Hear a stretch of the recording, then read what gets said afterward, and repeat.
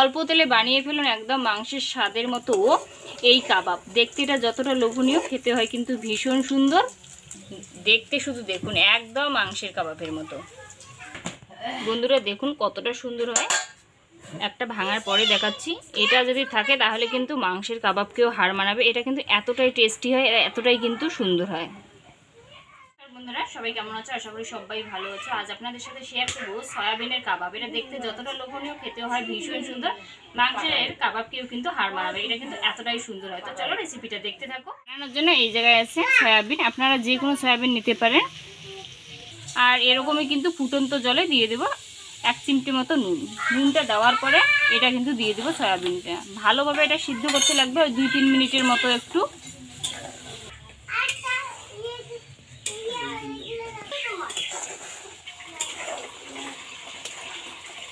সয়াবিনটা যখন খুব ভালো এরকম নরম হবে তখন কিন্তু নামিয়ে নেব।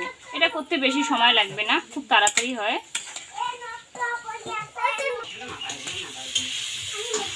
এটা এরকম কিন্তু ছিদ্রযুক্ত একটা পাত্রে নামিয়ে নিলাম যাতে জলটা ভালোভাবে ঝরে।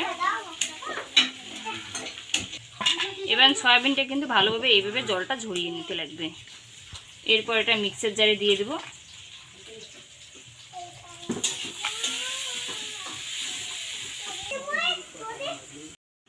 এরপর মিক্সার জারে দেওয়ার পর এটা কিন্তু ভালোভাবে একটু ঘুরিয়ে নেব। এটা খুব ভালোভাবে এইভাবে ঘুরিয়ে নিতে লাগবে যাতে একটু দানা দানা ভাব থাকে, যেরকম মাংসের কিমা হয় সেইভাবে কিন্তু করা লাগবে। একদম মিহি করতে যাবে না, একটু যেন দানা দানা ভাব থাকে, তাহলে খেতে কিন্তু ভীষণ সুন্দর হবে। বন্ধুরা ঠিক যেন এরকমই হয় দেখুন। এর সাথে মেশাবো এটা রসুন কুচি, পেঁয়াজ কুচি আছে, কাঁচা লঙ্কা, ঝালটা নিজের স্বাদ অনুযায়ী, আর একটু দিয়ে দেবো পুদিনে পাতা। পুদিনে পাতাটা একদম কিন্তু পাতলা পাতলা করে কাটতে লাগবে এরকমই, যাতে খুব সুন্দর হয়, একদম মিশিয়ে যায়। এরপর দিয়ে দেবো স্বাদ মতো একটু নুন, লবণের পর দিয়ে দেবো কাশ্মীরি লঙ্কার গুঁড়ো, তাহলে দেখতে বেশ কিন্তু ভালো লাগবে এটা। এরপর দিয়ে দেবো হলুদ গুঁড়া। এরপর দিয়ে দেবো বেসন। বেসনটা অল্প অল্প দিতে লাগবে, আর কিন্তু এইভাবে মাখা লাগবে, একবারে দিতে যাবেন না, অল্প একটু মাখবেন আর দিবেন, তাহলে বুঝতে পারবেন কতটুকু লাগবে।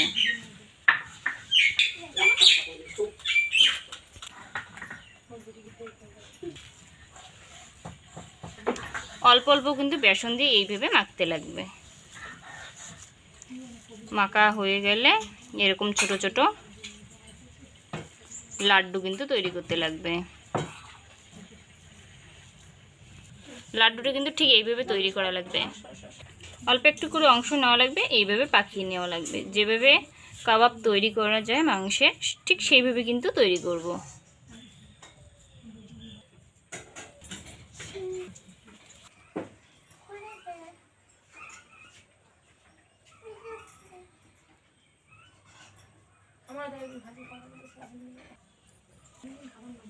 বন্ধুরা সবগুলো কিন্তু এইভাবে তৈরি করলাম। এটা কিন্তু বানানো আমার একেবারেই কমপ্লিট।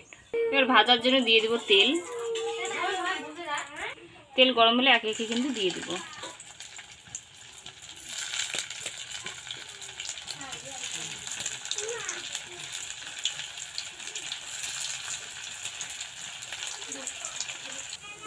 এরপর 2-1 মিনিটের মতো কিন্তু এইভাবে রাখতে লাগবে, মানে যাতে একটু একদিকটা কালার হয়, তারপরে কিন্তু উল্টানো লাগবে। ঠিক এইভাবে এক পাশটা কালার আসবে, তারপরে কিন্তু উল্টানো লাগবে। তাড়াহুড়ো করতে যাবেন না।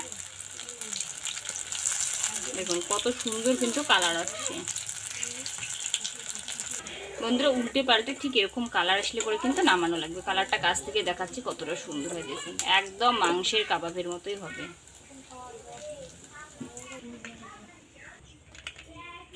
আর বাদবাকি যে আছে সবগুলো কিন্তু একইভাবে ভাজতে লাগবে।